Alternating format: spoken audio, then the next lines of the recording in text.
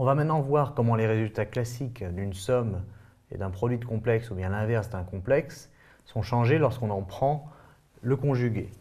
Donc je vais prendre d'abord z et z', deux nombres complexes, avec évidemment des conjugués qu'on va noter z bar et z' bar. Et je vais m'intéresser au conjugué de la somme z plus z'. Eh bien, le conjugué d'une somme, c'est la somme des conjugués. Donc il suffit d'ajouter z bar et z' bar pour trouver le résultat. De la même façon, le produit z', le tout bar, donc le conjugué du produit z', eh bien ce sera le produit des conjugués. Donc ce sera z bar fois z' bar.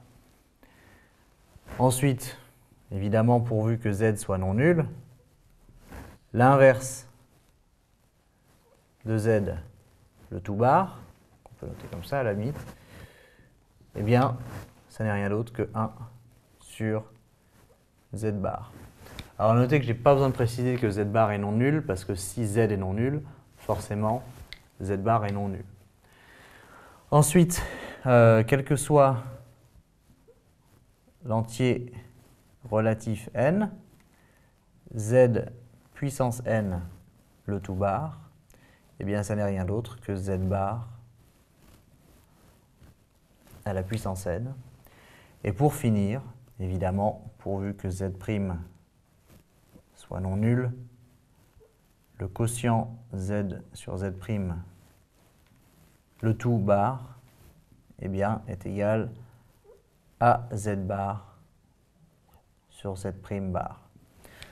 Alors tous ces résultats se démontrent assez facilement si vous prenez z est égal à a plus ib et z' est égal à a' plus ib'. Mais au-delà du fait qu'il faille savoir les démontrer si on vous le demande, il faut surtout s'en souvenir puisque ce sont des raccourcis qui permettent d'aller beaucoup plus vite dans les calculs.